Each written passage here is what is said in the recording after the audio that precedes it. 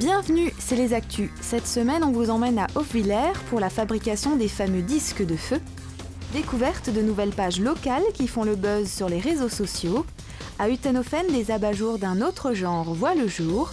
Mais tout d'abord, portrait de Céline à l'occasion de la Journée de la Femme. Elle vous présente son métier. Une femme au volant. Pour Céline et ses collègues, c'est devenu normal. Pourtant, Céline exerce un métier où les femmes sont rares, très rares. Ici, Céline est la seule femme dans sa profession. Elle est chauffeur malaxeur.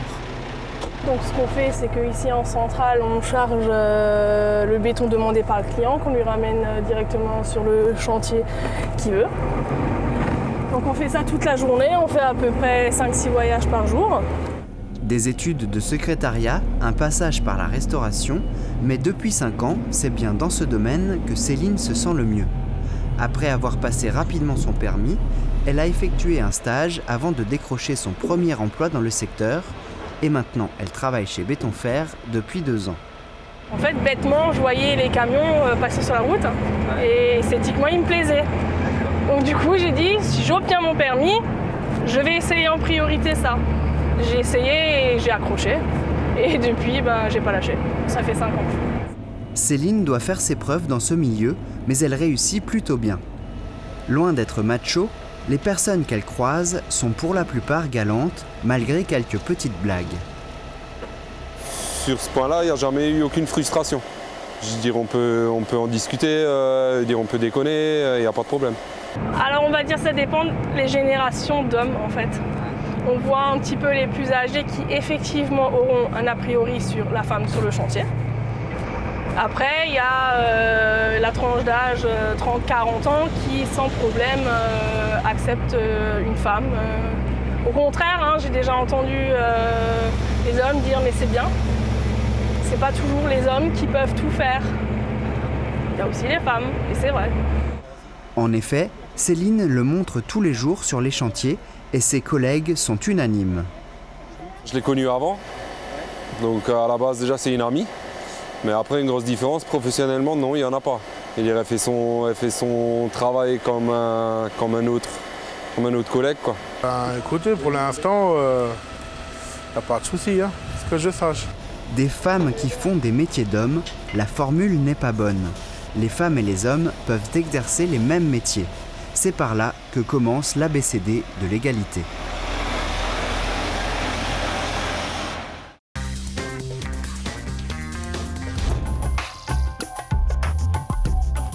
Von der Schievenschlawe des berühmten Winterfest wissen noch bestimmt viel davon oder haben noch schon einmal davon gehört.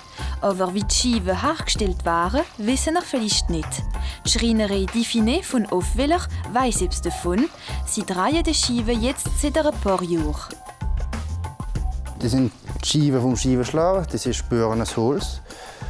Donc, das Holz holen wir natürlich im Wald.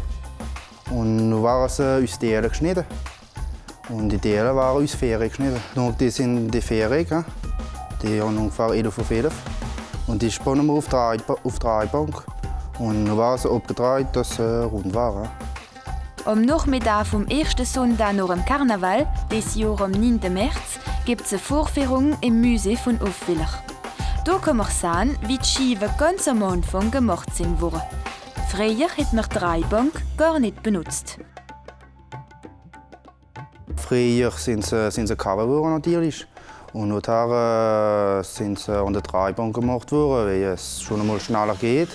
Und wenn man 400 Dutzend haben sollte, müssen wir ein bisschen erst anfangen. Ich habe zum Papi gelernt. Der Papi hat das übernommen, wie er die Retraite gehabt hat. Dann hat er ein bisschen mehr Zeit gehabt, dann hat er eben Scheiben machen. Und dann habe ich wieder gemacht. Die Scheiben waren dann den Pompier verkauft, wie sie da wieder verkaufen. Der Laurent hat bis jetzt keine Scheibenschlaube verrobbelt. Jedes Jahr hebt er seine Scheiben auf, dass er auch ein paar schlagen kann. Scheibenschlaube ist eine Tradition, die ganz Hofwiller stolz macht. Aber wie man am besten die Scheiben fliehen macht, bleibt ein Geheimnis. Und der Laurent verrät auch nichts. Ich habe keinen Conseil, es ist ein coup de main. Wir haben ein paar Mal probiert. Übung macht der Meister. Jetzt, man kann im ersten Mal auch ganz gut Chance haben und weit kommen.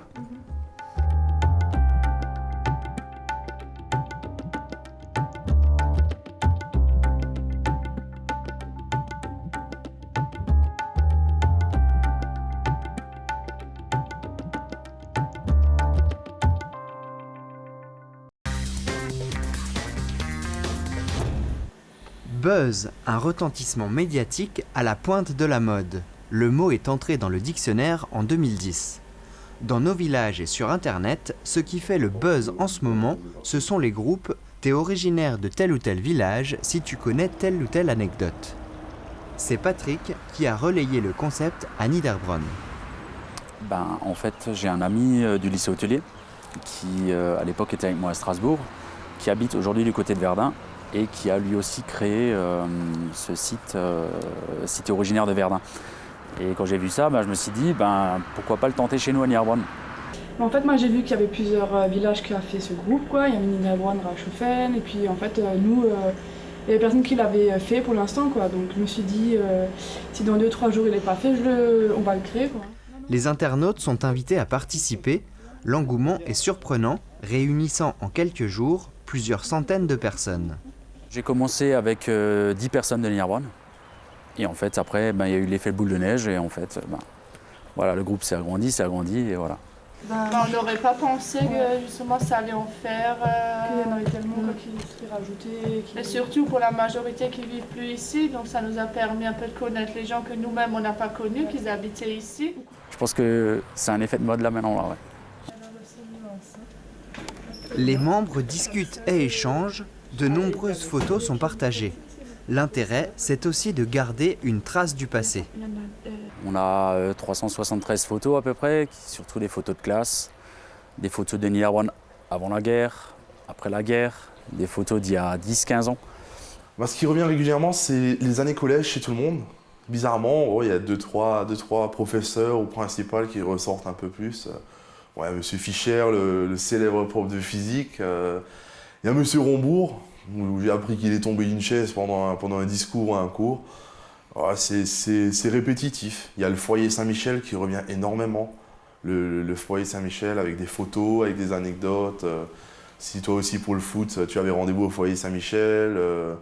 Apparemment, il y a des films qui étaient projetés là-bas, je n'étais pas au courant. Toutes les générations se retrouvent virtuellement et partagent leur attachement à leur commune. Certains vont même plus loin en organisant une vraie rencontre. On se disait pour redonner un peu de vie déjà, profiter des commerces qui sont encore en place. Donc avec quelques membres du groupe qui ont proposé faire un petit apéro. Donc on va déjà se retrouver les membres du groupe et ceux qui souhaitent nous rejoindre pour un petit apéro le 9 mars à La Rose. J'ai vu sur certains commentaires qu'en fait il y a des gens qui habitent en Allemagne actuellement, qui ont de nouveau pu resserrer les liens avec des anciens camarades de classe de Niederbronn. Donc je pense que c'est pas mal, ça passe l'outre-Rhin et ça peut être intéressant, quoi. Aucune finalité pour ces groupes si ce n'est de réunir un maximum de personnes.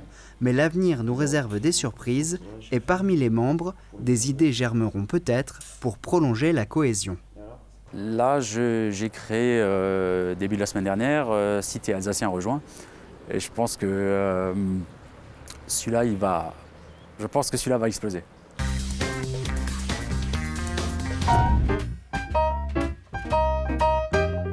Seul créateur d'abat-jours en Alsace et dans l'est de la France, Alain Soulier réalise ses abat-jours depuis plus de 30 ans. Métier qui s'apparente à celui de modiste, le créateur accomplit un travail de haute couture pour des pieds de lampe. C'est un métier qui est très rare, parce qu'on n'est plus nombreux du tout en France à faire ça. Et moi j'existe encore parce que je me suis mis dans ce créneau du sur-mesure, du beau, du luxe. Alors souvent les gens ont hérité de leurs parents ou de leurs grands-parents de très beaux objets ou de très belles lampes avec des abat-jours très défraîchis, très abîmés. Alors moi je peux les refaire à l'identique en les modernisant un petit peu, ou alors je peux créer tout à fait autre chose d'un esprit tout à fait contemporain. Alain propose son aide aux particuliers comme aux professionnels, mais il réalise également des abat-jours tout droit sortis de son imagination. Il faut se renouveler et depuis 7 ans, il propose des abat-jours créés à partir d'un matériau peu commun. Cet abat-jour est fait avec des radiographies d'hommes, de femmes, des radiographies humaines. Ça faisait très longtemps que j'avais envie d'en faire.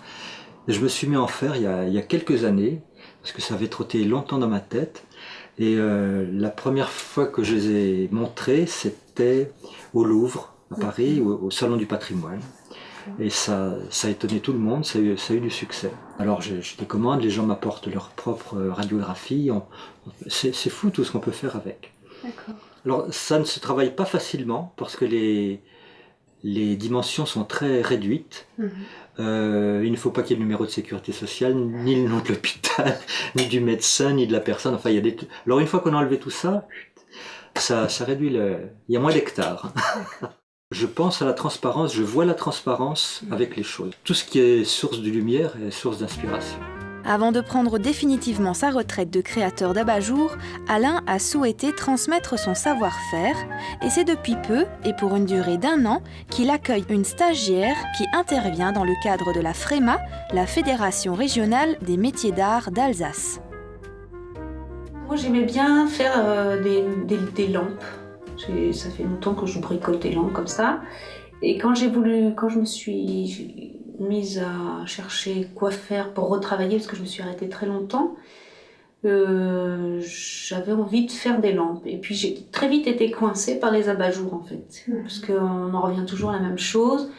Et puis moi j'avais plein d'idées de choses que j'avais envie de faire et que j'étais pas en mesure de faire. Donc là, moi ce que j'apprends beaucoup surtout, j'apprends à faire les châssis, ça je savais pas faire du tout. Donc à souder, à imaginer des formes et puis à les faire en métal. Et puis après, il y a les différentes formes de recouvrement, soit en tissu, soit en papier, soit les doublures, tout ça. Les 4, 5 et 6 avril prochains ont lieu les Journées des métiers d'art, une occasion pour Alain de montrer son savoir-faire aux curieux qui fouleront le plancher de son atelier.